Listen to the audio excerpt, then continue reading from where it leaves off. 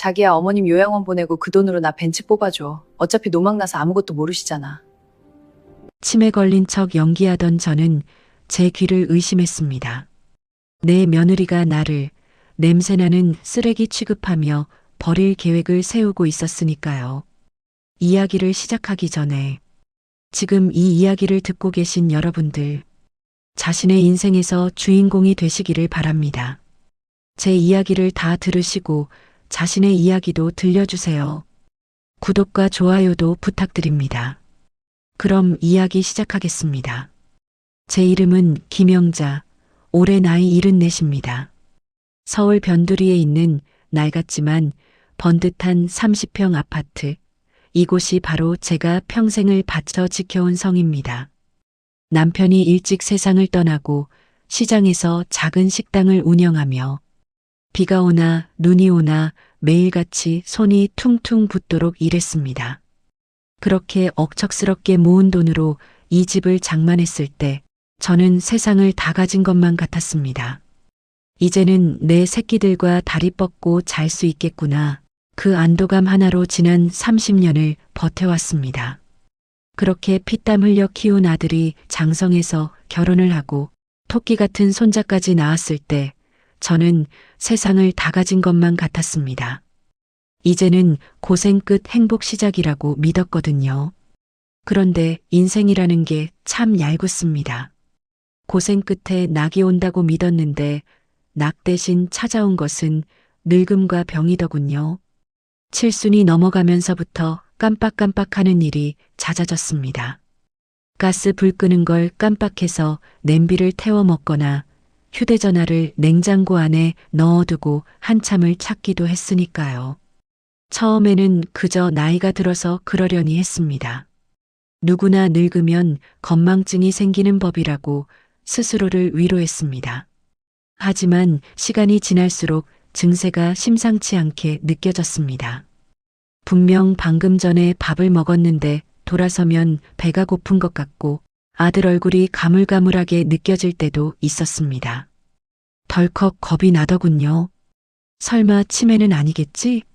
내가 치매에 걸리면 우리 아들은, 우리 며느리는 날 어떻게 생각할까? 두려웠습니다. 평생을 자식바라기로 살아온 내가 그들에게 짐짝 취급을 당하지는 않을까 하는 공포가 밤마다 저를 짓눌렀습니다. 내 자식들을 믿지 못하는 건 아니었지만 김병에 효자 없다는 옛말이 자꾸만 머릿속을 맴돌았지요. 병원을 예약해뒀지만 검사 날짜를 기다리는 일주일이 지옥 같았습니다.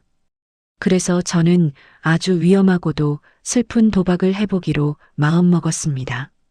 내 정신이 아직 온전할 때 자식들의 진짜 속마음을 확인해 봐야겠다는 생각이 들었거든요. 만약 내가 진짜 치매라면 그들은 나를 끝까지 지켜줄까 아니면 귀찮은 짐 덩어리로 여길까. 저는 거울을 보며 연습하기 시작했습니다. 초점 없는 눈빛, 반쯤 벌린 입, 어눌한 말투. 텔레비전 드라마에서 봤던 치매 노인의 모습을 흉내내며 저는 제 인생의 마지막 연극을 준비했습니다. 그날은 유난히 날이 궂은 주말이었습니다. 아들 내외가 반찬을 챙겨온다며 들르기로 한 날이었지요. 저는 아침부터 아무것도 먹지 않고 멍하니 거실 소파에 앉아 있었습니다. 초인종 소리가 들리고 비밀번호를 누르는 소리가 났지만 저는 미동도 하지 않았습니다. 현관문이 열리고 아들 내외가 들어왔습니다. 어머니, 저희 왔어요. 식사는 하셨어요? 며느리 수진이의 목소리는 평소처럼 상냥했습니다. 손에는 반찬통이 들려 있었고 아들 민호도 웃으며 들어왔지요. 하지만 저는 그들을 보고도 모른 척 허공만 뚫어지게 바라보았습니다. 입은 반쯤 벌리고 침을 살짝 흘리며 초점 없는 눈으로 텔레비전이 꺼진 검은 화면만 응시했지요. 엄마 왜 그러세요? 어디 편찮으세요? 아들 민호가 놀라서 제 어깨를 흔들었습니다. 저는 천천히 고개를 돌려 아들을 바라보았습니다. 그리고 아주 낯선 사람을 보듯 물었습니다. 누구세요? 우리 영감 친구분이신가? 순간 집안에는 무거운 정적이 흘렀습니다. 아들의 눈이 휘둥그레졌고 며느리는 입을 떡 벌린 채 저를 쳐다보았습니다. 엄마, 저 민호잖아요. 아들 민호. 왜 이러세요, 정말? 아들의 목소리가 떨렸습니다. 저는 속으로 피눈물을 삼키며 계속 연기를 이어갔습니다. 민호? 우리 민호는 학교 갔는데.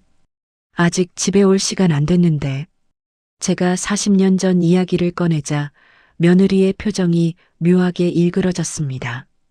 걱정스러움보다는 당황스러움, 그리고 왠지 모를 짜증이 섞인 표정이었습니다. 그날 점심 식사 시간은 그야말로 살얼음판이었습니다.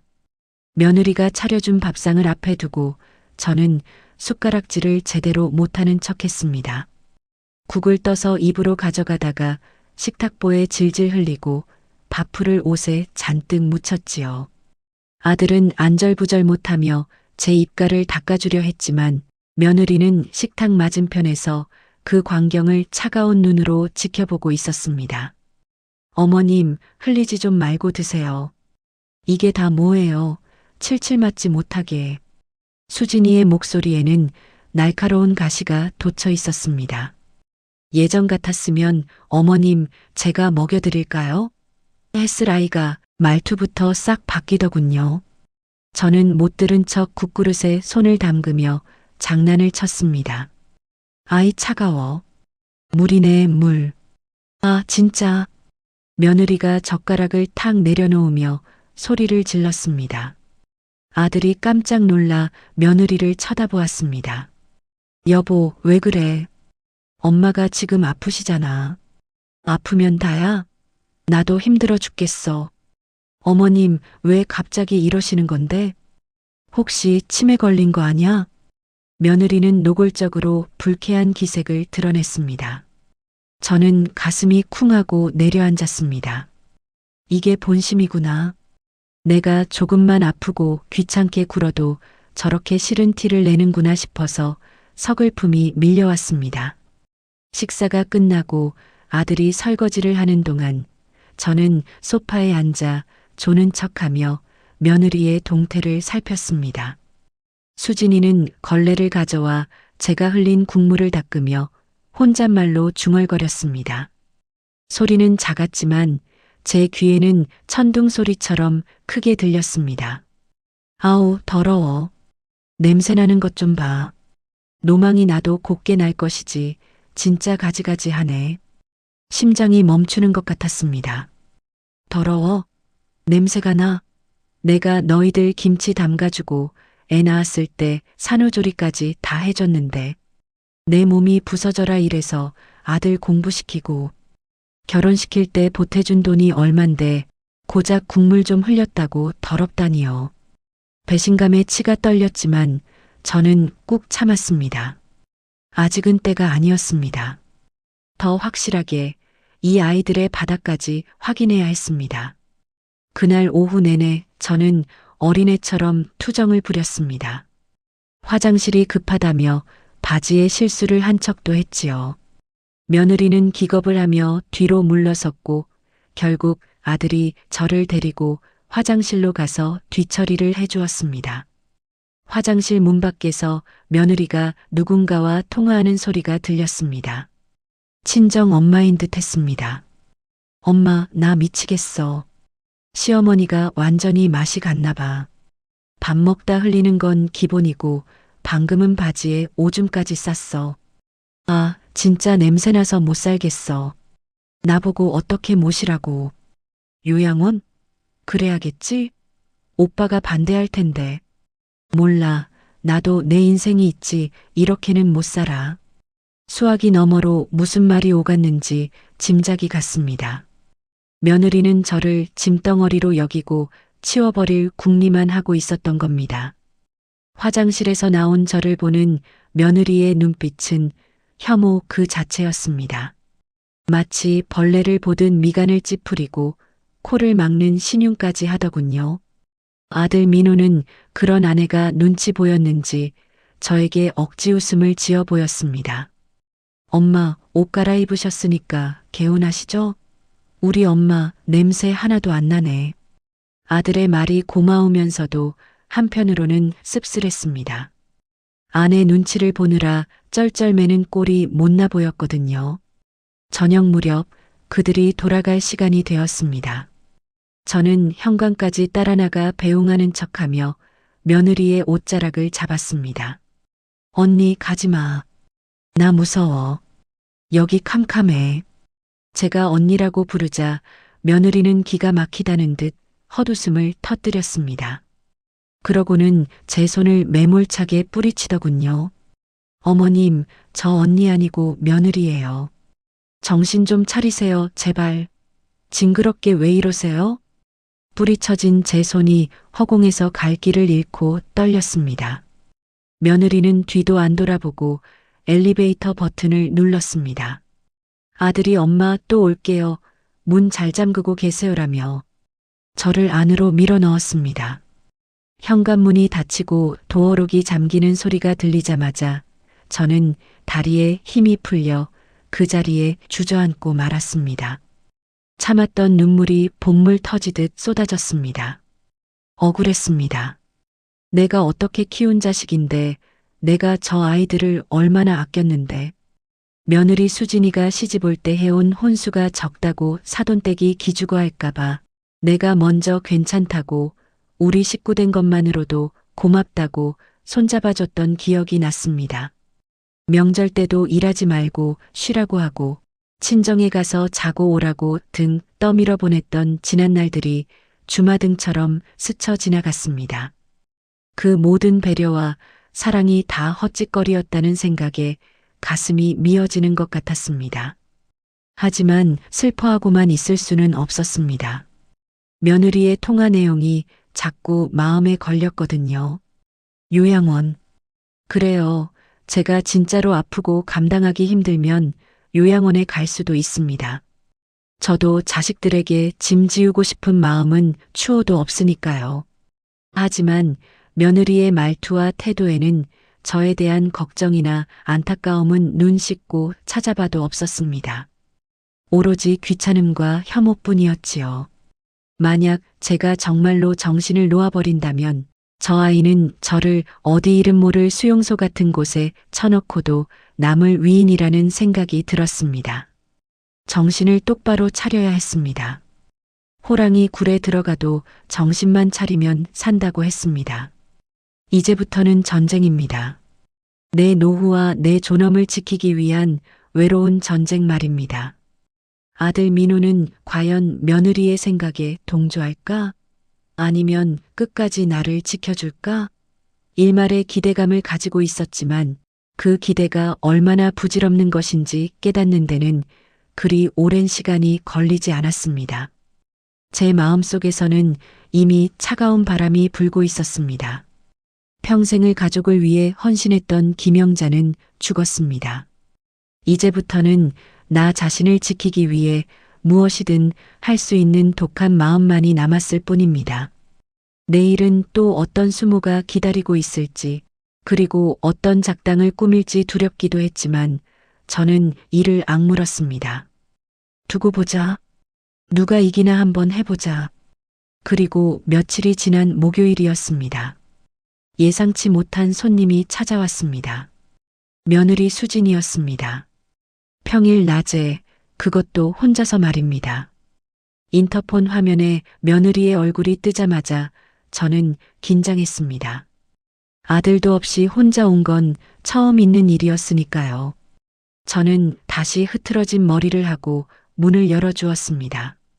누구, 어머님, 저예요. 수진이 반찬을 조금 더 챙겨왔어요. 민호 씨가 어머님 걱정된다고 가보라고 해서 왔어요. 며느리는 퉁명스럽게 말하며 들어왔습니다. 며느리의 손에는 작은 반찬통 2개가 들려 있었지만 며느리의 눈은 반찬이 아니라 집안 구석구석을 스캔하고 있었습니다. 마치 집안의 물건들을 감정하러 온 사람처럼 말이죠. 며느리는 반찬을 냉장고에 쑤셔 넣듯 넣고는 거실 소파에 앉아 있는 저를 힐끔 쳐다보았습니다. 제가 침을 흘리며 색종이를 찍고 있자 며느리는 대놓고 인상을 찌푸렸습니다. 진짜 대책 없네. 이 꼴을 하고 어떻게 혼자 살아? 냄새는 또 왜 이렇게 나? 며느리는 손으로 코앞을 휘휘 저으며 창문을 활짝 열었습니다. 바람이 쌀쌀하게 들어왔지만 제 추위 따위는 안중에도 없다는 듯 했지요. 어머님, 저기요, 제 말 들리세요? 며느리가 제 앞에서 손가락을 딱딱 튕겼습니다. 저는 반응하지 않고 계속 종이만 찢었습니다. 그러자 며느리가 혼잣말을 시작했습니다. 아들이 없으니 아주 거침이 없더군요. 완전히 맛이 갔어. 이 정도면 사람 구실 못하는 거지. 민호 씨는 불쌍해서 어쩌네 저쩌네 하는데 솔직히 이게 산 거야? 죽은 거나 마찬가지지. 며느리는 거실 장식장을 열어보며 제 물건들을 함부로 만지작거렸습니다. 이 찻잔 세트, 이거 당근마켓에 팔면 얼마나 받으려나? 앤틱이라고 우기면 좀 받겠는데. 어머님, 이 자개장, 이거 진짜 촌스러워요. 나중에 이사 갈 때 돈 주고 버려야겠네. 제 눈앞에서 제 살림살이를 처분 대상 취급하는 며느리의 태도에 저는 피가 거꾸로 솟는 것 같았습니다. 하지만 참아야 했습니다. 며느리의 진짜 목적이 무엇인지, 어디까지 갈 수 있는지 끝까지 봐야 했으니까요. 며느리는 한참 동안 집안을 휘젓고 다니더니 안방에 있는 제 화장대 서랍까지 열어보려 했습니다. 그때 제가 벌떡 일어나 소리를 질렀습니다. 내 거야. 만지지 마. 도둑이야. 갑작스러운 제 고함에 며느리는 깜짝 놀라 뒤로 물러섰습니다. 깜짝이야. 진짜 노인네가 성질은. 알았어요. 안 만져요. 더러워서 안 만진다. 진짜. 며느리는 가슴을 쓸어내리며 저를 쏘아보았습니다. 그 눈빛은 시어머니를 보는 눈빛이 아니라 귀찮은 짐승을 보는 눈빛이었습니다. 어머님, 저 갈게요. 민호 씨한테는 잘 계신다고 할 테니까 사고 치지 말고 가만히 계세요. 아휴, 내 팔자야. 며느리는 현관문을 쾅 닫고 나갔습니다. 며느리가 다녀간 후 저는 확신했습니다. 저 아이는 나를 걱정해서 온 게 아니구나. 내 상태가 얼마나 심각한지, 내가 정말로 아무것도 모르는지 확인하러 온 것이구나. 그리고 집안에 돈 될 만한 게 뭐가 있는지 염탐하러 온 것이구나. 며느리가 혼자 왔을 때 보여준 그 민낯은 아들 앞에서의 가식적인 모습보다 100배는 더 추악했습니다. 그날 밤 저는 잠자리에 누워 천장을 바라보며 생각했습니다. 이제 곧 무슨 일이 벌어지겠구나. 며느리가 혼자 와서 집안을 훑어보던 그 탐욕스러운 눈빛을 잊을 수가 없었습니다. 아들 민호는 착하지만 우유부단해서 며느리가 하자는 대로 끌려갈 게 뻔했습니다. 그래, 올 테면 와라. 내가 다 지켜보고 있다. 저는 베개 밑에 숨겨두었던 녹음기를 꺼내어 만지작거렸습니다. 혹시나 해서 준비해 둔 것이었지만 쓸 일이 없기를 바랐는데 이제는 이 녹음기가 제 유일한 무기가 될지도 모른다는 생각이 들었습니다. 창밖에는 비가 추적추적 내리기 시작했습니다. 일기예보를 보니 다음 주 수요일까지 비가 계속 온다고 하더군요. 비가 오는 날이면 제 관절은 더 쑤셨지만 제 정신은 더 맑게 깨어났습니다. 수진아, 내가 오늘 혼자 와서 내 살림살이를 보며 입맛을 다시던 그 표정, 내 똑똑히 기억하마. 저는 어둠 속에서 주먹을 꽉 쥐었습니다. 이후로 제 연기는 더욱 대담해졌습니다. 이제는 제 자신이 정말 치매 노인이 된 것 같은 착각이 들 정도였지요. 하지만 정신만은 그 어느 때보다 또렷했습니다. 칼을 가는 심정으로 하루하루를 보냈으니까요. 일주일 뒤 비가 억수같이 쏟아지는 수요일이었습니다. 며느리 수진이가 반찬을 핑계로 또 집에 들렀습니다. 이번에는 혼자가 아니라 아들 민호와 함께였습니다. 평일 낮에 부부가 함께 온다는 것 자체가 심상치 않은 징조였지요. 현관문이 열리고 두 사람이 들어올 때 저는 거실 바닥에 앉아 색종이를 찍고 있었습니다. 헤헤, 꽃가루다. 우리 민호 운동회 할 때 뿌려줘야지. 제가 종이 조각을 허공에 뿌리며 노래를 흥얼거리자 며느리는 신발을 벗다 말고 인상을 팍 찌푸렸습니다. 어머니, 뭐하고 계세요? 바닥 어지럽게 이게 다 뭐예요? 그녀의 목소리에는 짜증이 덕지덕지 묻어 있었습니다. 아들 민호는 바닥에 흩어진 종이 조각들을 보며 한숨을 깊게 내쉬더군요. 수진아, 그만해. 엄마가 모르고 그러시는 거잖아. 엄마, 저 민호예요. 알아보시겠어요? 아들이 제 앞에 쭈그리고 앉아 눈을 맞췄지만 저는 고개를 갸웃거리며 딴청을 피웠습니다. 민호? 우리 민호는 학교 갔는데. 며느리는 아들 옆구리를 쿡 찌르며 눈치를 주었습니다. 여보, 봤지? 상태가 점점 더 심해진다니까. 이제 사람도 못 알아보는 것 같아. 그들은 저를 방광제로 일으켜 안방으로 밀어 넣었습니다. 어머니, 피곤하실 텐데 좀 누워 계세요. 저희끼리 할 얘기도 있고 해서요.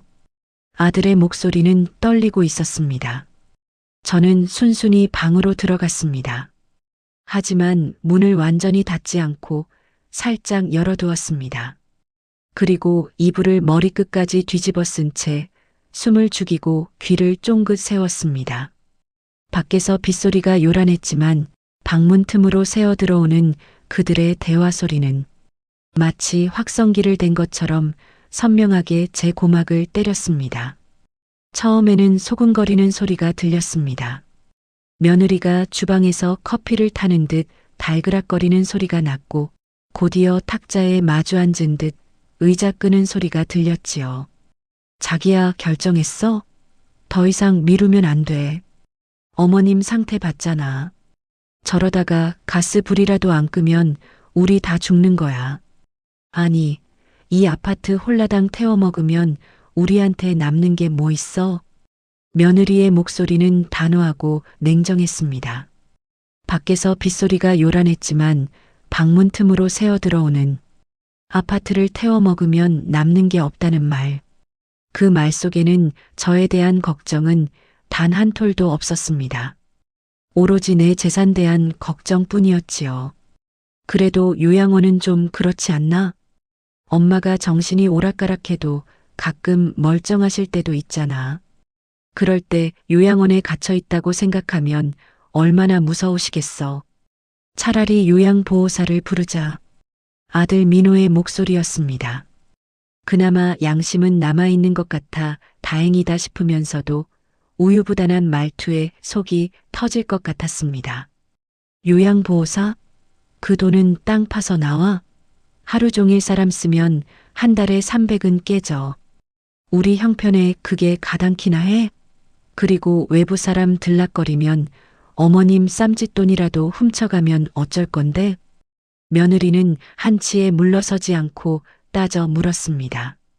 내가 지난번에 혼자 와서 집안 좀 둘러봤는데 어머님 통장도 어디 있는지 모르겠고 금부치도 안 보이더라. 혹시 잃어버리신 거 아냐? 그러니까 더 늦기 전에 시설로 모셔야 한다니까. 지난번 며느리가 혼자 왔을 때 집안을 뒤지던 게 도둑질이 아니라 재산 파악이었다니 기가 찼습니다. 내가 알아봤는데 경기도 포천 쪽에 새로 생긴 요양원 있대. 거기 말고 좀 더 외곽으로 가면 한 달에 50만 원이면 받아주는 곳도 있어. 시설은 좀 낡았어도 어차피 어머님 정신도 없으신데 그게 뭐가 중요해. 밥 제때 나오고 똥오줌 받아주면 됐지. 안 그래? 50만 원짜리 요양원. 고려장이나 다름없는 곳에 저를 유배 보내겠다는 소리였습니다. 제 가슴에 대못이 박히는 기분이었습니다. 하지만 이어지는 며느리의 말은 저를 지옥 끝으로 밀어 떨어뜨렸습니다. 그리고 제일 중요한 거, 어머님 요양원 보내고 나서 바로 이 아파트 내놓자. 요즘 부동산 경기 안 좋다고 해도 여기 재개발 소문 있어서 아직은 시세 괜찮아. 금매로 내놓으면 10억은 좋게 받을 거야. 10억? 그렇게나 많이 나와? 아들의 목소리가 살짝 들떴습니다. 돈 액수를 듣자마자 효심이 흔들리는 게 느껴졌습니다. 그래, 10억이면 우리 인생이 달라지는 거야. 일단 당신이 주식하다 말아먹은 빚 1억, 그거부터 갚자. 이자 나가는 거 아까워 죽겠어. 그리고 우리 지훈이 학군 좋은 데로 이사도 가야지. 남들은 다 강남이다 목동이다 가는데 우리만 여기서 썩을 거야? 며느리는 아들의 죄책감과 부성애를 교묘하게 자극했습니다. 빚, 그리고 자식 교육. 대한민국 가장이라면 거절하기 힘든 미끼를 던진 것이지요. 나머지 돈으로는 나 차 한 대만 바꿔줘. 지금 타는 차 10년 넘었잖아. 친구들 만나러 갈 때마다 창피해서 못 살겠어. 이번에 벤츠 E클래스 신형 나왔던데 그거 할부 안 끼고 일시불로 딱 뽑아줘. 나 그동안 시집살이 하느라 고생한 거, 똥 기저귀 갈아드릴 각오한 거 생각하면 그 정도 보상은 받아야 하는 거 아니야? 저는 숨을 쉴 수가 없었습니다. 벤츠? 그놈의 벤츠가 뭐라고. 내 피와 땀이 서린, 내 평생의 안식처인 이 집을 팔아서 고작 자동차를 사겠다고요? 남편과 사별하고 혼자서 자식 키우며 국물 묻은 앞치마를 10수년 동안 벗지 못했던 제 인생이 고작 며느리의 과시용 자동차 한 대로 바뀐다는 사실에 억장이 무너져 내렸습니다. 더 기가 막힌 건 아들의 반응이었습니다. 벤츠 좋지. 나도 차 바꾸고 싶긴 했는데. 근데 엄마가 동의해 주실까? 집 파는 건 엄마 인감도장 있어야 하잖아. 아이고, 답답해라. 지금 어머님 상태 안 보여? 종이 쪼가리랑 돈도 구별 못 하시는데. 도장이 뭔지 알겠어? 그냥 우리가 서류 준비해서 어머님 기분 좋을 때 손잡고 꾹 누르면 끝이야. 어차피 치매 진단받으면 법적 효력 따지기도 어려워. 내가 다 알아봤어. 며느리는 이미 모든 법적인 절차까지 알아보고 계획을 세워둔 상태였습니다. 치매 걸린 시어머니를 이용해 재산을 가로채려는 주도 면밀함에 소름이 돋았습니다. 그래도 엄마가 나중에 정신 돌아와서 아시면 어떡해? 알면 뭐 어쩔 건데? 이미 집은 팔렸고 요양원에 들어가 계실 텐데. 그때 가서 소송이라도 거시겠어? 그리고 어머님, 우리 지훈이 끔찍하게 아끼시잖아. 손자 학비 보태 썼다고 하면 꼼짝 못 하실걸? 당신은 그냥 눈 딱 감고 내 말만 들어. 내가 다 알아서 할게. 우리도 이제 좀 사람답게 살아보자, 응? 며느리의 목소리에는 악마의 속삭임 같은 달콤함과 비열함이 동시에 묻어 있었습니다. 알았어. 당신 뜻대로 해. 대신 엄마 요양원은 너무 구질구질한 곳 말고 조금은 깨끗한 데로 알아봐줘. 알았어, 알았어. 걱정 마. 내가 신경 쓸게. 아들마저 며느리의 계획에 동의하는 순간 제 마음속에 남아있던 마지막 촛불이 꺼졌습니다. 눈에서는 뜨거운 눈물이 하염없이 흘러내려 베개를 적셨지만 저는 소리내어 울 수도 없었습니다. 들키면 안 되니까요. 지금 들키면 저들은 더 교묘한 방법으로 저를 옥죄어 올 테니까요. 저는 입을 틀어막고 꺽꺽거리며 오열을 삼켰습니다. 빗소리가 제 울음소리를 감춰주는 게 그나마 다행이었습니다. 오냐 알았다. 내 아들이라고 믿었던 놈이 고작 그 정도였구나. 애미를 팔아 빚을 갚고 애미 집을 팔아 외제차를 굴리시겠다? 그래, 어디 한번 해보자. 내가 호락호락하게 당해줄 줄 알았더냐. 잠시 후 며느리가 방문을 열고 들어왔습니다. 저는 자는 척하며 등을 돌리고 누워 있었습니다. 며느리는 제 곁으로 다가와 잠시 서 있더니 혼잣말처럼 속삭였습니다.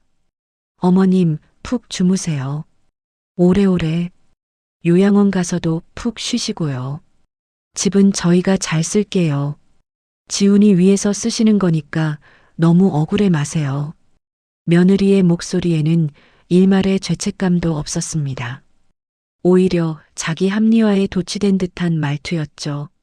며느리가 방을 나가고 현관문이 닫히는 소리가 들리자 저는 벌떡 일어났습니다. 머리는 산발이고 눈은 퉁퉁 부어 있었죠. 거울 속에 비친 늙은 여자의 얼굴은 처참했지만 눈빛만은 시퍼렇게 살아 있었습니다. 창밖에는 여전히 비가 쏟아지고 있었지만 제 가슴 속에는 이미 뜨거운 불길이 타오르고 있었습니다. 그날 밤은 제 인생에서 가장 길고도 어두운 밤이었습니다. 천장이 무너져 내릴 것 같은 배신감에 가슴을 치며 울다가 어느 순간 눈물이 말라버리는 기이한 경험을 했습니다. 새벽녘이 되자 창밖을 때리던 빗줄기가 잦아들고 뿌연 안개 사이로 희미한 빛이 스며들기 시작했습니다. 그 빛을 보는 순간 제 머릿속을 꽉 채우고 있던 안개도 걷히는 기분이 들었습니다.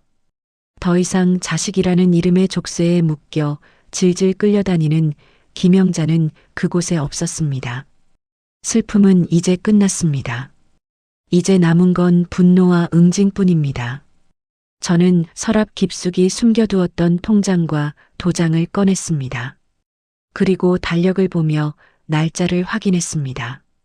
다음 주 수요일 제 생일입니다. 다음 주 어머님 생신 때 다 같이 와서 파티해드리고 그때 도장 찍자. 분위기 좋을 때 쓱 내밀면 돼. 며느리의 말이 떠올랐습니다. 생일잔치를 핑계로 온갖 가머니설을 늘어놓으며 도장을 찍게 만들겠지요. 좋습니다. 그날을 저의 디데이로 삼겠습니다. 그들이 상상조차 하지 못한 선물을 제가 안겨줄 겁니다. 평생을 헌신했던 엄마가, 호구 같았던 시어머니가 얼마나 무서운 존재가 될 수 있는지 똑똑히 보여주리라 다짐했습니다. 저는 가장 먼저 부엌으로 향했습니다. 냉장고 문을 열고 며느리 수진이가 가져온 반찬통들을 전부 꺼냈습니다. 겉으로는 정갈해 보이는 멸치볶음이며 장조림이었지만 이제 그 음식들에서는 며느리의 가식적인 웃음과 비릿한 탐욕의 냄새가 나는 것만 같았습니다. 저는 주저없이 음식물 쓰레기통에 반찬들을 쏟아부었습니다. 그래, 다 버리자. 썩은 마음으로 만든 음식을 먹고 내가 무슨 기운을 차리겠니? 빈 반찬통을 싱크대에 던져 넣으며 둔탁한 소리에 속이 뻥 뚫리는 쾌감을 느꼈습니다. 이것은 단순히 반찬을 버리는 행위가 아니었습니다. 자식들에 대한 미련, 헛된 기대, 그리고 호구처럼 살아왔던 제 지난 날을 쓰레기통에 처박는 의식이었습니다. 샤워를 하고 옷장을 열었습니다. 평소에는 아까워서 입지 못하고 아껴두었던 가장 좋은 옷을 꺼냈습니다. 시장에서 산 헐렁한 몸빼 바지가 아니라 몇 년 전 친구 아들 결혼식 때 큰맘 먹고 샀던 짙은 감색 정장이었습니다. 거울 앞에 서서 화장도 곱게 했습니다. 입술에는 붉은 립스틱을 바르고 머리도 단정하게 빗어 넘겼습니다. 침에 놓인 연기를 하느라 헝클어뜨렸던 머리카락을 정돈하니 예전에 당당했던 김영자가 다시 보이는 듯 했습니다. 영자야, 정신 똑바로 차려라.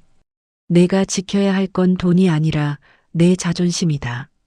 스스로에게 최면을 걸 듯 중얼거리고 집을 나섰습니다. 제가 향한 곳은 동네 노인정이 아니었습니다. 택시를 잡아 타고 시내에 있는 법무사 사무실로 향했습니다. 택시기사가 백미러로 저를 힐끔거리며 물었습니다. 어르신, 좋은 데 가시나 봐요? 때깔이 아주 고우십니다. 네, 아주 중요한 계약을 하러 갑니다. 제 인생을 되찾는 계약이죠. 제 대답에 기사는 영문을 모르겠다는 표정을 지었지만 저는 창밖을 보며 의미심장한 미소를 지었습니다. 법무사 사무실에 도착해 상담실 의자에 앉자 젊은 법무사가 서류를 챙기며 물었습니다. 어르신, 자녀분들에게 증여 상담하러 오셨나요? 보통 이 나이대 노인들이 오면 10중 8구 자식에게 재산을 물려주려는 상담이니 당연한 질문이었겠지요. 하지만 저는 고개를 단호하게 저으며 말했습니다. 아니요. 내 자식들이 내 재산에 손가락 하나 못 대게 하려고 왔습니다. 신탁이라는 게 있다던데 그걸 하고 싶습니다. 법무사의 눈이 동그랗게 커졌습니다. 저는 자초지종을 구구절절 설명하는 대신 제가 원하는 바를 명확하게 요구했습니다. 이 아파트의 소유권을 신탁회사로 넘겨서 제가 죽기 전까지는 그 누구도, 심지어 저 자신조차도 함부로 팔거나 담보를 잡힐 수 없게 묶어달라고 했습니다. 그리고 제가 사망한 후에는 이 집을 처분하여 전액사회단체에 기부한다는 유언공증까지 함께 진행했습니다. 서류에 도장을 찍는 순간 손끝에서 찌릿한 전율이 느껴졌습니다. 붉은 인주가 묻은 도장이 종이 위에 꾹 눌러지는 그 순간은 마치 제 아들과 며느리의 욕망에 사형 선고를 내리는 것과 같았습니다. 민호야, 수진아. 미안하지만 너희가 원하던 벤츠는 물 건너갔다. 이 집은 이제 그림의 떡이다. 법무사 사무실을 나오는 발걸음은 날아갈 듯 가벼웠습니다. 평생을 움켜쥐고 놓지 못했던 자식이라는 짐을 내려놓으니 이렇게 홀가분할 수가 없었습니다. 다음 코스는 은행이었습니다. 통장에 들어있던 예금과 적금을 모조리 해지했습니다. 창구 직원이 놀란 눈으로 물었습니다. 고객님, 이 큰 돈을 현금으로 다 찾으시게요? 혹시 보이스피싱? 아니요. 보이스피싱보다 더 무서운 게 내 집에 살고 있어서요. 그놈들한테 안 뺏기려면 제가 써버려야죠. 저는 수표와 현금을 두둑하게 챙겨 들고 은행을 나왔습니다. 그리고 곧장 택시를 타고 경기도 가평에 있는 실버타운으로 향했습니다. 며느리가 말했던 50만 원짜리 요양원과는 차원이 다른 보증금이 5억 원에 월 생활비가 300만 원이나 한다는 최고급 실버타운이었습니다. 도착해보니 입이 떡 벌어질 정도였습니다. 호텔처럼 웅장한 로비, 잘 가꿔진 정원, 그리고 무엇보다 곳곳에서 웃음꽃을 피우며 여가 생활을 즐기는 노인들의 표정이 너무나 평온해 보였습니다. 상담 직원의 안내를 받아 내부를 둘러보았습니다. 개인 룸은 웬만한 아파트보다 더 깔끔하고 편리하게 되어 있었고 식당에서는 특급 호텔 셰프가 영양식단을 제공한다고 했습니다. 수영장, 사우나, 헬스장, 노래방까지 없는 게 없더군요. 어르신, 이곳은 단순히 요양하는 곳이 아니라 제2의 인생을 즐기는 리조트라고 보시면 됩니다. 직원의 설명이 과장이 아니라는 생각이 들었습니다. 저는 수영장이 내려다 보이는 카페테리아에 앉아 커피를 한 잔 마시며 생각에 잠겼습니다. 내가 왜 진작 이런 곳을 몰랐을까? 아끼고 아껴서 자식 주면 고마워할 줄 알았는데 돌아온 건 고려장 취급이라니. 저는 그 자리에서 입주 계약서를 작성했습니다. 당장 입주할 수는 없고 대기가 좀 있었지만 웃돈을 얹어서라도 최대한 빨리 들어갈 수 있게 해달라고 부탁했습니다. 계약금으로 거액의 수표를 건네자 직원이 깍듯하게 90도로 인사를 했습니다. 돈이 좋긴 좋구나. 씁쓸하면서도 한편으로는 든든했습니다. 이 돈이면 내가 왕 대접받으며 살 수 있는데 그동안 왜 그리 궁상맞게 살았나 후회가 밀려왔습니다. 하지만 후회는 짧게 끝냈습니다. 이제부터라도 누리면 되니까요. 모든 일을 마치고 집으로 돌아오니 해가 뉘엿뉘엿 지고 있었습니다. 텅 빈 집안에 어둠이 깔려 있었지만 저는 불을 켜지 않았습니다. 어둠 속에 앉아 마지막 시나리오를 점검했습니다. 법적인 준비는 끝났고 이제 놈들을 유인할 덫을 놓을 차례였습니다. 저는 안방 서랍 깊숙한 곳에서 낡은 인감도장 지갑을 꺼냈습니다. 그리고 낮에 실버타운에서 일부러 챙겨온 다른 요양원 팜플렛들과 섞어서 식탁 위에 어지럽게 흩뿌려 놓았습니다. 그 중에는 며느리가 말했던 그 저렴한 요양원의 팜플렛도 끼워 넣었습니다. 마치 제가 요양원에 갈까 말까 고민하다가 정신을 놓고 나간 것처럼 보이게 말이죠. 그리고 결정적으로 인감증명서, 발급 위임장 양식을 한 장 출력해서 식탁 구석에 슬그머니 밀어 넣었습니다. 이것을 보면 아들 내외는 무슨 생각을 할까요? 아마 쾌재를 부를 겁니다. 어머님이 드디어 마음의 준비를 하시는구나. 치매라더니 본능적으로 요양원 갈 준비를 하네. 이때다 싶어 얼른 도장 받아내자 하며 침을 흘리겠지요. 낚싯밥은 던져졌습니다. 물고기가 물기만을 기다리면 됩니다. 심장이 쿵쾅거렸습니다. 두려움 때문이 아니었습니다. 사냥을 앞둔 맹수의 흥분 같은 것이었습니다. 다음 주 수요일 제 75번째 생일. 그날이 바로 결전의 날입니다. 아들과 며느리는 생일잔치를 가장한 재산 강탈 작전을 펼치러 올 것이고 저는 그 잔치상을 뒤엎어버릴 준비를 마쳤습니다. 저녁을 대충 해결하고 텔레비전을 켰습니다. 마침 막장 드라마가 하고 있더군요. 시어머니가 며느리에게 구박받는 장면이 나왔습니다. 예전 같으면 혀를 차며 같이 욕했을 텐데 이제는 콧방귀가 나왔습니다. 저 할망구도 참 답답하게 사네. 나처럼 확 질러버리지. 어느새 저는 드라마 속 주인공보다 더 드라마틱한 현실을 살고 있었습니다. 전화벨이 울렸습니다. 아들 민호였습니다. 엄마, 식사는 하셨어요? 비 오는데 별일 없으셨죠? 목소리가 한없이 다정했습니다. 예전 같으면 그 목소리에 녹아내려 그래, 애미는 괜찮다. 너도 밥 잘 챙겨 먹어라 했을 겁니다. 하지만 지금은 그 목소리 뒤에 숨겨진 칼날이 보였습니다. 민호냐? 밥이 뭐냐? 기억이 안 난다. 저는 다시 연기 모드로 돌입했습니다. 아휴, 엄마 또 시작이시네.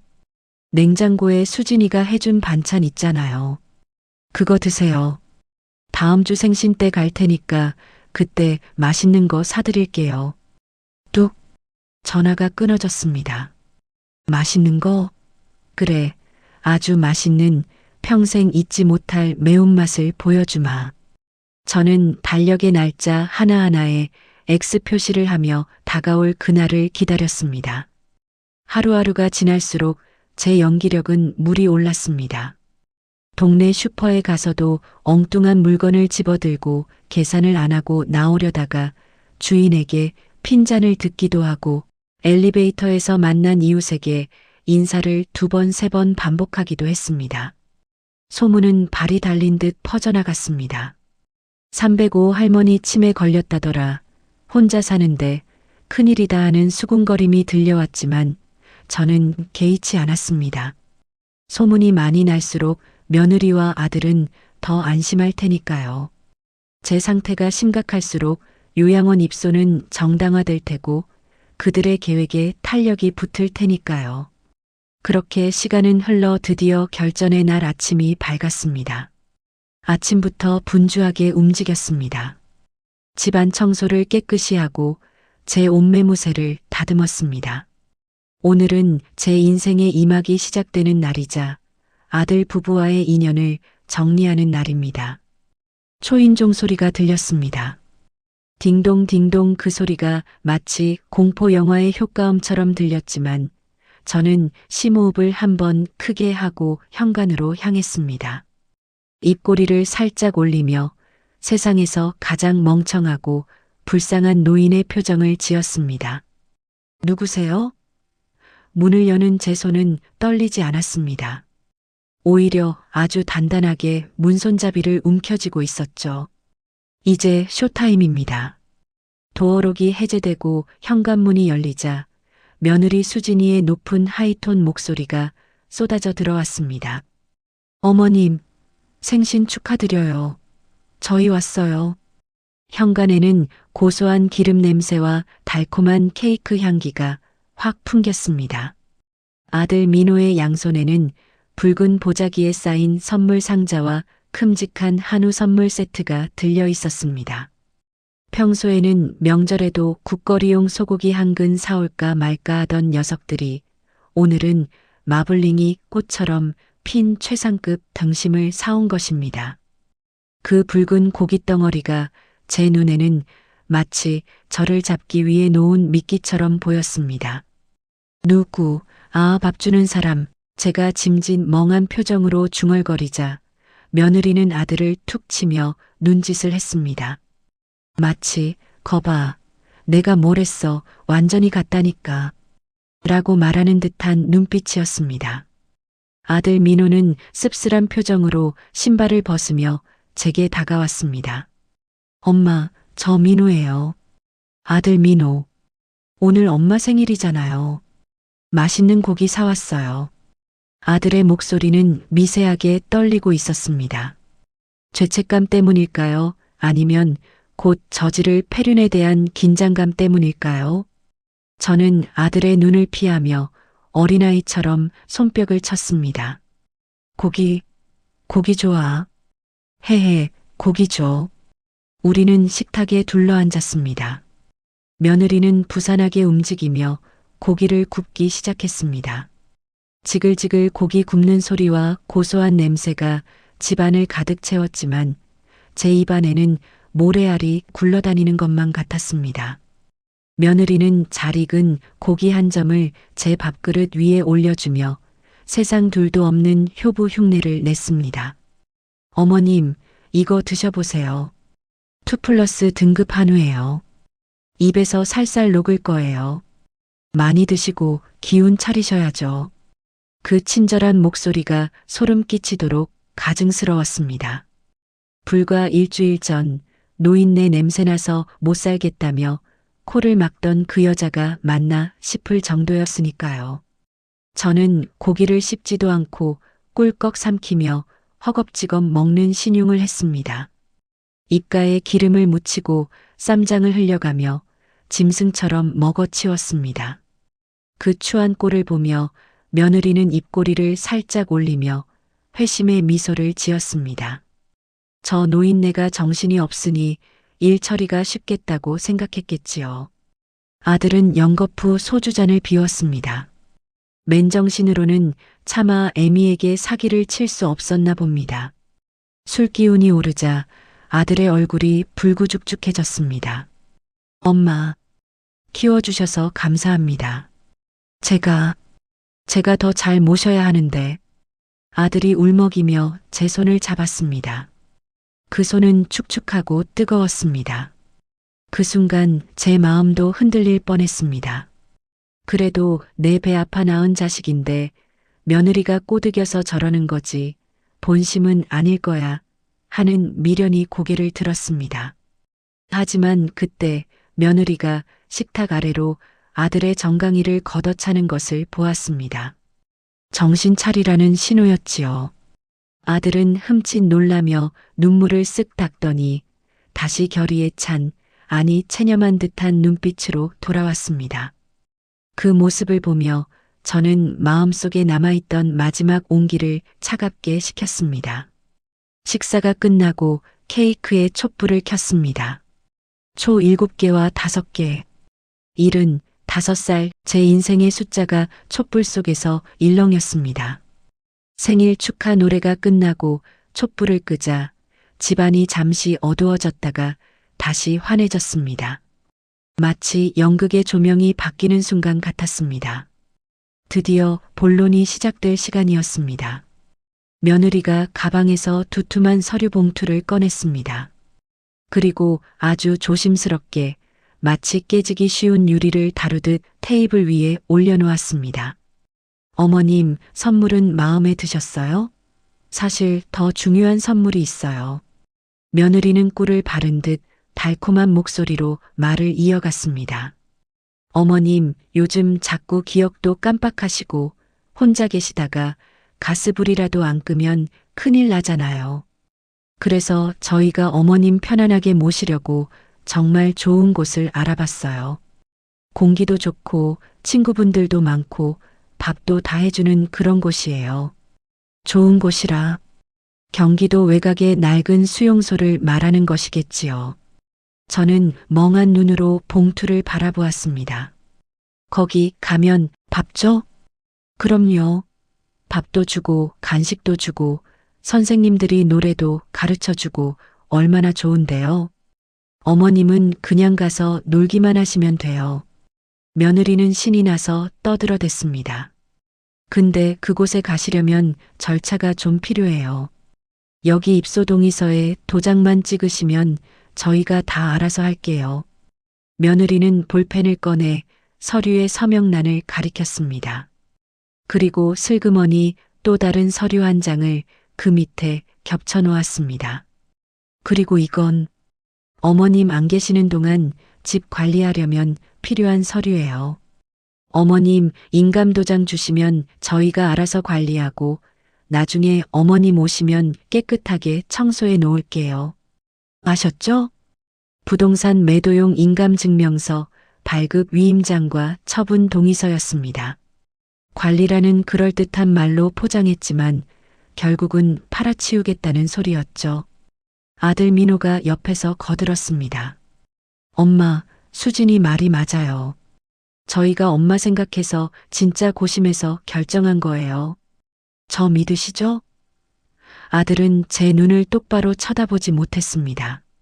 시선을 테이블보 무늬에 고정한 채 기어들어가는 목소리로 말했습니다. 저는 속으로 비웃었습니다. 날 생각해서? 벤츠를 생각해서가 아니고 저는 주머니에서 주섬주섬 인감도장을 꺼냈습니다. 며느리의 눈이 번쩍 뜨였습니다. 마치 굶주린 하이에나가 고깃덩어리를 본 것처럼 동공이 확장되고 호흡이 거칠어졌습니다. 저는 도장을 쥔 손을 허공에서 달달 떨었습니다. 수전증이 있는 노인처럼 도장을 찍을 듯 말 듯 애태우는 제 손짓에 며느리의 시선이 고정되었습니다. 그녀의 손이 움찔움찔했습니다. 당장이라도 제 손을 낚아채서 억지로 찍게 하고 싶은 충동을 억누르고 있는 게 보였습니다. 도장 찍어? 네, 어머님. 여기 동그라미 친 곳에 꼭 누르시면 돼요. 아주 세게. 며느리의 목소리가 톤이 높아졌습니다. 저는 도장을 서류에 가까이 가져갔습니다. 며느리의 입가에 승리의 미소가 번지기 시작했습니다. 아들은 차마 못 보겠다는 듯 고개를 돌렸습니다. 도장에 묻은 붉은 인주가 종이에 닿기 직전 1mm도 안 되는 그 찰나의 순간에 저는 동작을 멈췄습니다. 정적이 흘렀습니다. 며느리가 의아한 표정으로 저를 쳐다보았습니다. 어머님, 왜 그러세요? 얼른 찍으세요. 저는 고개를 천천히 들었습니다. 그리고 초점 없이 흐리멍덩하던 제 눈동자에 힘을 주었습니다. 흐릿했던 시선을 거두고 먹잇감을 노리는 매처럼 날카롭게 며느리의 눈을 쏘아보았습니다. 입가에 흘리던 침도 닦지 않은 채 저는 비릿한 미소를 지으며 입을 열었습니다. 수진아. 제 목소리는 더 이상 어눌하지 않았습니다. 낮고 차분하고 서늘한 목소리였습니다. 며느리가 흠칫 놀라 뒤로 물러났습니다. 네. 어머님? 내가 말한 그 좋은 곳이 경기도 포천 외곽에 있는 월 50만 원짜리 그 요양원 말하는 거니?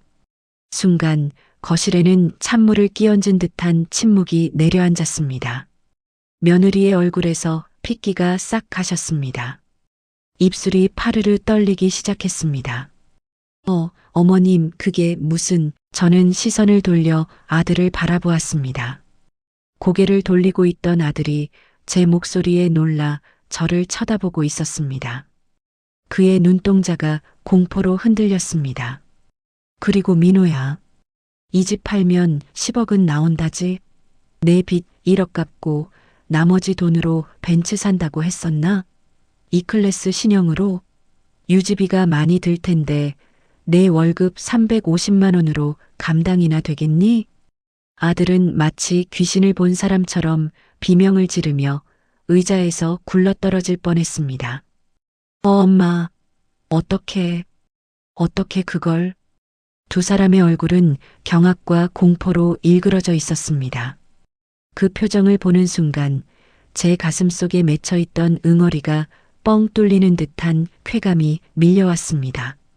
이것이 바로 복수의 맛이구나. 평생 느껴보지 못한 짜릿함이었습니다.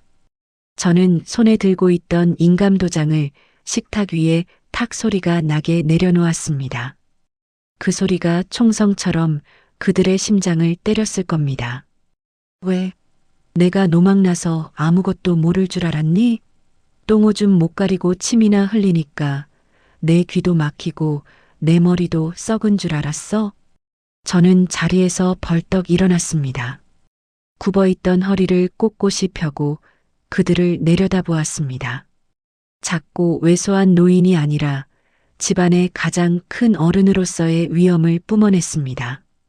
지난주 수요일 비 오던 날, 너희들이 내 방문 앞에서 무슨 이야기를 했는지 토시 하나 안 틀리고 다 읊어줄까?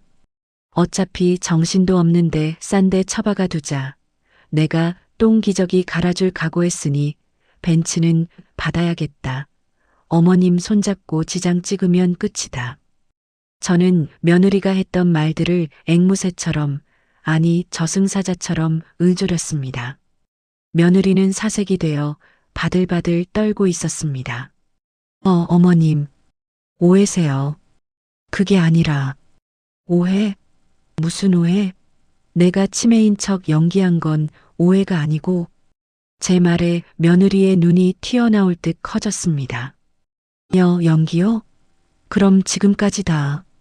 그래, 너희들이 얼마나 썩어 빠진 생각을 하고 있는지, 내 자식이라는 껍데기 속에 얼마나 더러운 욕망이 들어있는지 확인해 보려고 내가 미친 척 좀 했다. 덕분에 아주 잘 봤다. 내 며느리가 아니라 내 재산 뜯어먹으려는 사기꾼이 집에 들어와 있었다는 걸. 저는 식탁 위에 놓인 서류 봉투를 집어들었습니다. 그리고 그들이 보는 앞에서 동의서와 위임장을 갈기갈기 찢어버렸습니다. 종이 찢어지는 소리가 적막한 거실에 날카롭게 울려 퍼졌습니다. 엄마, 잘못했어요. 저희가 잠시 미쳤었나 봐요. 죽을 죄를 지었습니다. 아들 민호가 바닥에 무릎을 꿇고 제 다리를 붙잡으며 울음을 터뜨렸습니다. 며느리도 그제야 정신이 들었는지 털썩 주저앉으며 손이 발이 되도록 빌기 시작했습니다. 어머님, 아니에요. 제가 죽일년이에요. 벤츠 같은 거 필요 없어요. 그냥 어머님 편하시라고. 제가 생각이 짧았어요. 용서해 주세요. 그들의 눈물. 과연 진심일까요? 아니면 10억짜리 아파트를 날리게 생긴 아쉬움의 눈물일까요? 예전의 저라면 마음이 약해져서 그래, 알았다. 앞으로 잘해라 하며 덮어주었을지도 모릅니다. 하지만 저는 이미 지옥을 보고 돌아온 사람입니다. 한번 돌아선 마음은 다시는 돌아가지 않습니다. 저는 차가운 눈으로 바닥에 엎드린 두 사람을 내려다보며 말했습니다. 용서? 그래, 용서해 줄 수도 있지. 하지만 그 전에 내가 너희에게 줄 마지막 선물이 하나 더 있다. 저는 안방으로 들어가서 미리 준비해둔 또 다른 서류 봉투를 가지고 나왔습니다. 그리고 식탁 위에 보란 듯이 던져놓았습니다. 이게 뭐예요? 며느리가 떨리는 손으로 봉투를 열어 내용물을 확인했습니다. 서류의 제목을 읽어내려가는 며느리의 얼굴이 흑빛으로 변해갔습니다. 부동산 처분 신탁 계약서, 그리고 실버타운 입주 계약서. 이 집은 이미 신탁 등기가 넘어가서 너희는 손끝 하나 못 댄다. 내가 죽기 전까지는 팔 수도 없고 담보대출도 못 받아. 그리고 내가 죽으면 사회에 전액 기부된다. 기부요? 아들의 입이 떡 벌어졌습니다. 그리고 나는 다음 달에 보증금 5억짜리 실버타운에 들어간다. 거기 수영장도 있고 뷔페도 나오고 아주 좋더구나. 너희가 보내주려던 50만 원짜리 요양원보다 100배는 더 좋은 곳이지. 저는 충격에 빠져 말을 잇지 못하는 두 사람에게 마지막 쐐기를 박았습니다. 내 돈은 내가 다 쓰고 죽을 거다. 너희한테 줄 유산은 10원 한 장 없다.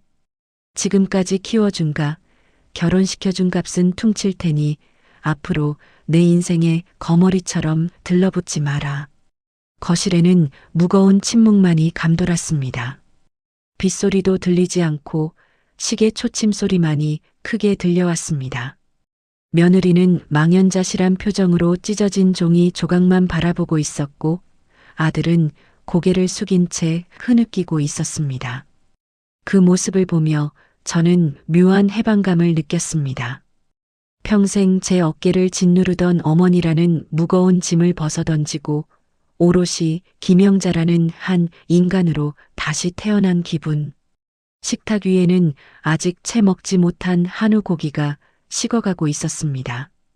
하얀 기름이 낀 고기가 마치 녀석들의 탐욕처럼 굳어가고 있었습니다. 잘 먹었다. 고기는 맛있더구나.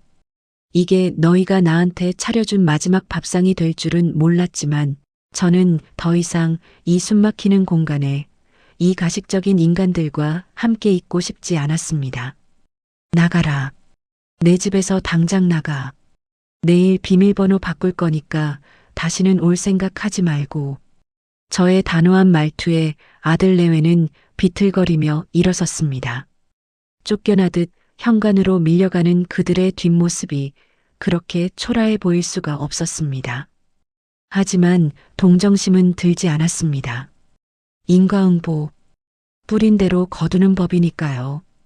현관문이 닫히고 다시 집안에 정적이 찾아왔습니다. 하지만 아까의 불안한 정적과는 달랐습니다. 그것은 승리자의 평화로운 고요함이었습니다. 저는 식어버린 케이크의 촛불 하나를 다시 켰습니다. 그리고 후 불어 껐습니다. 생일 축하한다, 영자야. 진짜 내 인생은 이제부터 시작이야. 어두운 거실에서 저는 처음으로 소리내어 환하게 웃었습니다. 그 웃음소리가 텅 빈 집안을 가득 채웠습니다.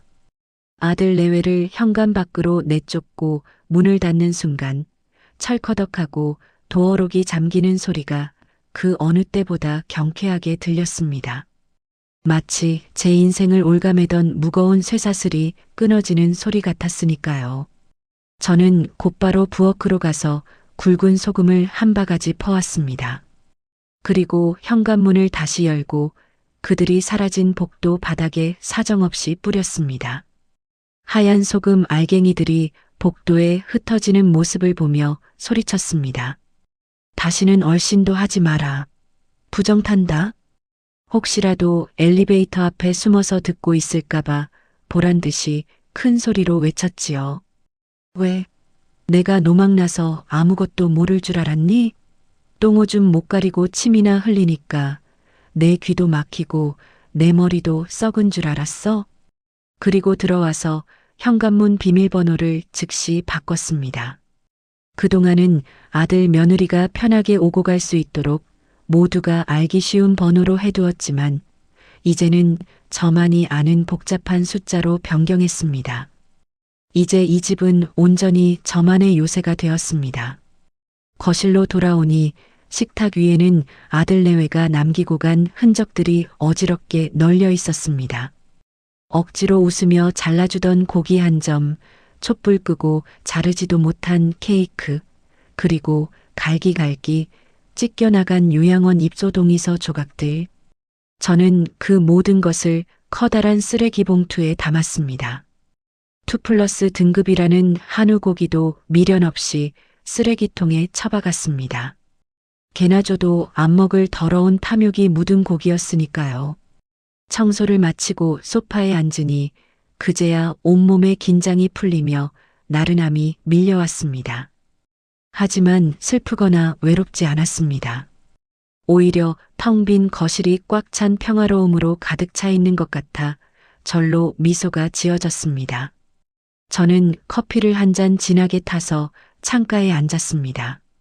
창밖에는 여전히 비가 내리고 있었지만 제 마음속 날씨는 맑음, 아주 쾌청한 맑음이었습니다. 다음 날부터 저는 바쁘게 움직였습니다.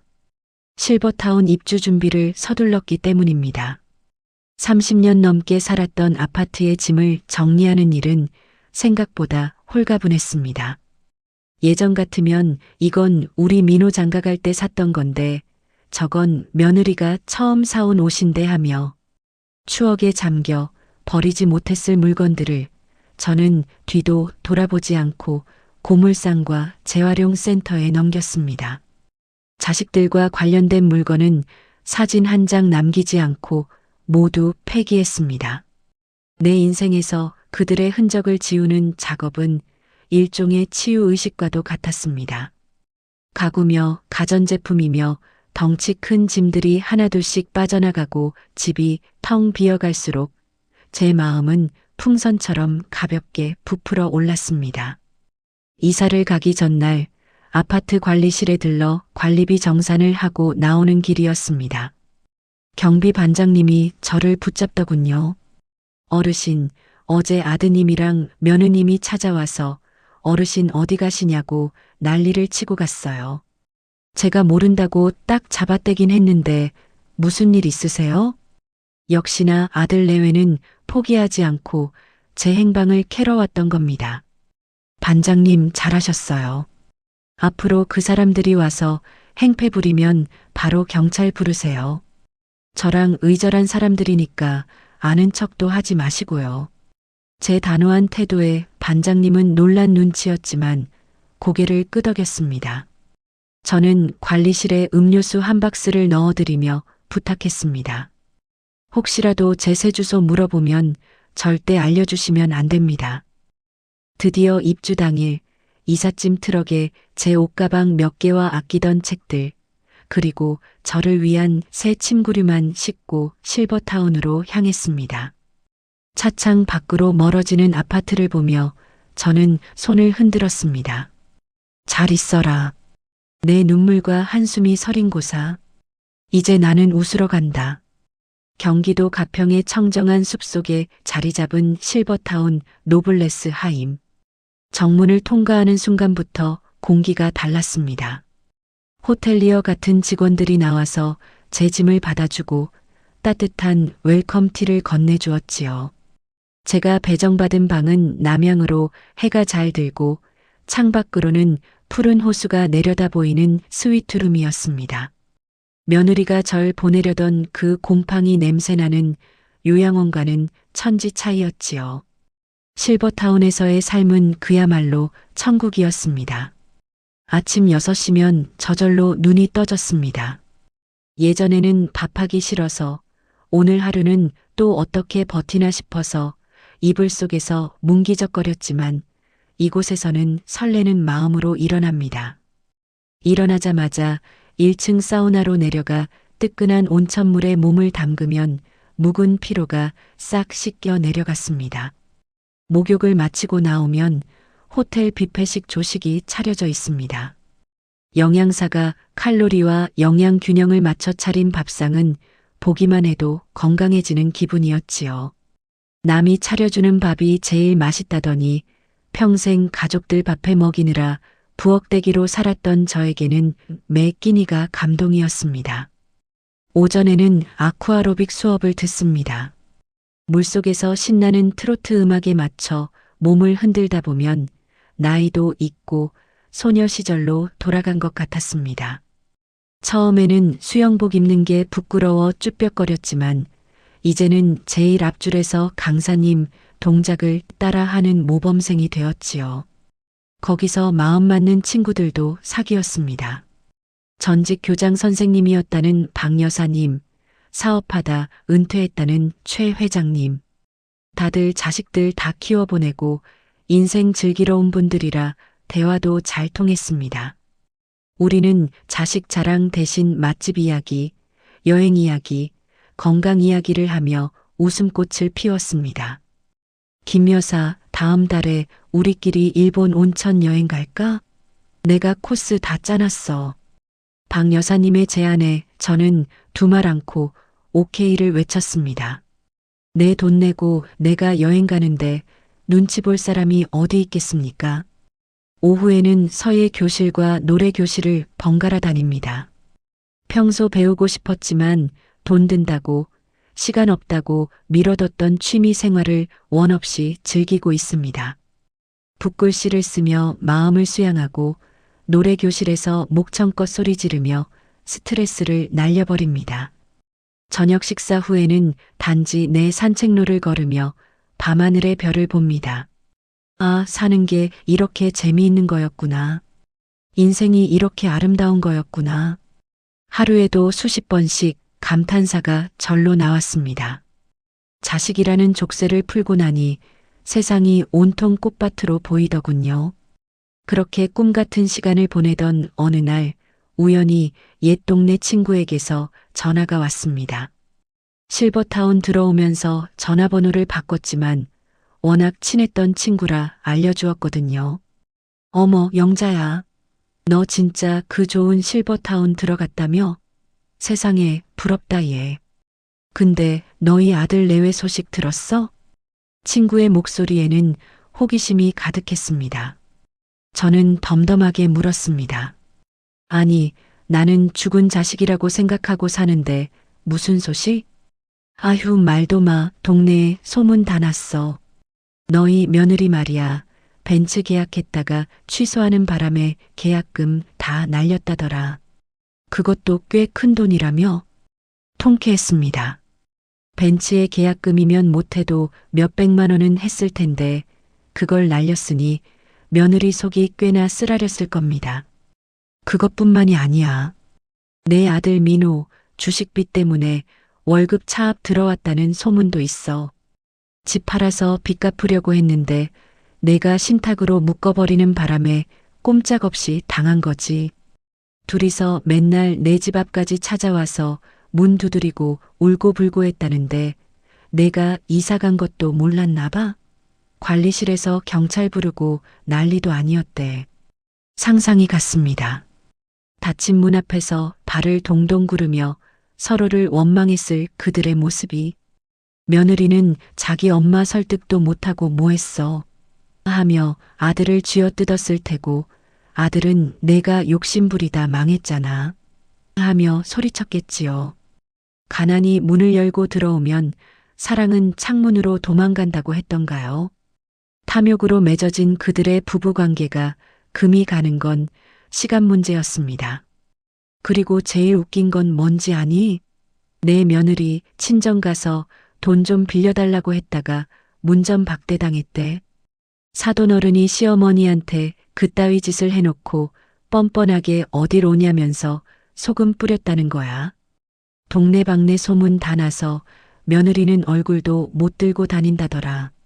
사돈어른이 그래도 상식은 있는 분이라 다행이다 싶으면서도 한편으로는 씁쓸했습니다. 하지만 저는 동요하지 않았습니다. 그래, 자업자득이지 뭐. 뿌린 대로 거두는 거 아니겠니? 소식 전해줘서 고맙다. 나중에 여기 한번 놀러와. 내가 밥 살게. 전화를 끊고 나서 저는 커피를 한 모금 마셨습니다. 씁쓸했던 커피 맛이 오늘따라 유난히 달콤하게 느껴졌습니다. 며칠 뒤 실버타운 로비에서 호출이 왔습니다. 김영자 회원님, 손님이 오셨는데요. 아드님이라고 하시는데 들여보낼까요? 결국 여기까지 찾아왔더군요. 어떻게 주소를 알아냈는지는 모르겠지만 끈질긴 것들입니다. 저는 단호하게 말했습니다. 저는 아들이 없습니다. 잡상인 취급해서 돌려보내세요. 만약 안 가고 버티면 경찰 부르시고요. 네, 알겠습니다. 인터폰 화면으로 정문 쪽을 비춰주는데 아들과 며느리가 철창살 같은 정문 밖에서 보안 요원과 실랑이를 벌이는 모습이 보였습니다. 아들은 덥수룩한 수염에 퀭한 얼굴이었고 며느리는 헝클어진 머리에 화장기 없는 얼굴로 울고 있더군요. 그 콧대 높던 며느리가 경비원에게 사정하며 매달리는 꼴이라니. 어머니, 저 민호예요. 한 번만 만나주세요, 어머님. 제가 잘못했어요. 용서해 주세요. 멀리서 희미하게 그 둘의 목소리가 들리는 듯 했습니다. 하지만 저는 인터폰 화면을 꺼버렸습니다. 마음이 약해질까 봐서가 아니었습니다. 더 이상 그들의 삼류 심파극에 제 귀한 시간을 낭비하고 싶지 않았기 때문입니다. 저는 자리에서 일어나 창가로 갔습니다. 오후 햇살이 호수 위에 부서져 보석처럼 반짝이고 있었습니다. 민호야, 수진아. 지금 너희가 흘리는 그 눈물은 내가 지난 세월 동안 흘렸던 피눈물의 무게에 비하면 깃털처럼 가벼운 것이다. 뼈저리게 후회하고 반성하며 살아라. 그게 내가 너희에게 주는 마지막 가르침이다. 저는 옷장을 열고 화사한 꽃무늬 원피스를 꺼내 입었습니다. 오늘은 실버타운 댄스 파티가 있는 날입니다. 박 여사님과 파트너를 해서 차차차를 추기로 했거든요. 거울 앞에 서서 분을 바르고 립스틱을 칠했습니다. 거울 속의 할머니가 저에게 윙크를 보냅니다. 김영자, 참 잘했다. 넌 지금이 제일 예뻐. 파티장에 들어서니 화려한 조명과 신나는 음악이 저를 반겼습니다. 친구들이 저를 보고 손을 흔들었습니다. 어머, 김 여사. 오늘 왜 이렇게 예뻐? 새색시 같네. 아유, 회장님도 참, 오늘 한번 신나게 흔들어 보자고요. 저는 무대 중앙으로 나갔습니다. 음악에 몸을 맡기며 춤을 추는 순간 저는 느꼈습니다. 내 인생의 황금기는 바로 지금, 이 순간이라고. 자식 뒷바라지하느라, 며느리 눈치 보느라 잃어버렸던 나의 청춘이, 나의 이름이 비로소 여기서 다시 빛나고 있다고 말입니다. 여러분, 제 긴 이야기를 들어주셔서 감사합니다. 혹시 지금 이 순간에도 자식 때문에 속 썩고 노후 걱정에 잠 못 이루는 분들이 계신가요? 제 이야기가 조금은 독하게 들릴 수도 있겠지만 저는 여러분께 꼭 이 말을 전하고 싶습니다. 자식은 내 인생의 전부가 아닙니다. 그들은 그들의 인생을 살고 우리는 우리의 인생을 살아야 합니다. 헌신이라는 이름으로 자신을 희생하지 마세요. 호구 잡히지 마세요. 내 손에 쥔 빵을 다 내어주고 빈손으로 떨지 마세요. 자신을 가장 먼저 사랑하고 아끼고 지키세요. 그래야 남은 인생이 행복해집니다. 저처럼요. 오늘 밤도 실버타운의 밤은 깊어가지만 제 마음의 불빛은 꺼지지 않을 겁니다. 아들 내외가 겪고 있을 지옥 같은 현실과는 정반대로 이곳은 웃음과 행복이 넘치는 천국이니까요. 저는 내일 친구들과 떠날 온천 여행짐을 싸러 가야겠습니다. 그럼 이만 줄입니다. 모두들 자신의 인생에서 주인공이 되시기를 바랍니다. 여러분의 노후는 누군가의 희생이 아닌 여러분 스스로의 선물이어야 합니다. 오늘 사연 어떠셨나요? 꽉 막힌 속이 조금은 풀리셨기를 바랍니다. 여러분의 구독과 좋아요는 저에게 큰 힘이 됩니다. 저는 다음에도 가슴 뛰는 이야기로 찾아오겠습니다. 오늘 하루도 당신이 주인공입니다. 감사합니다.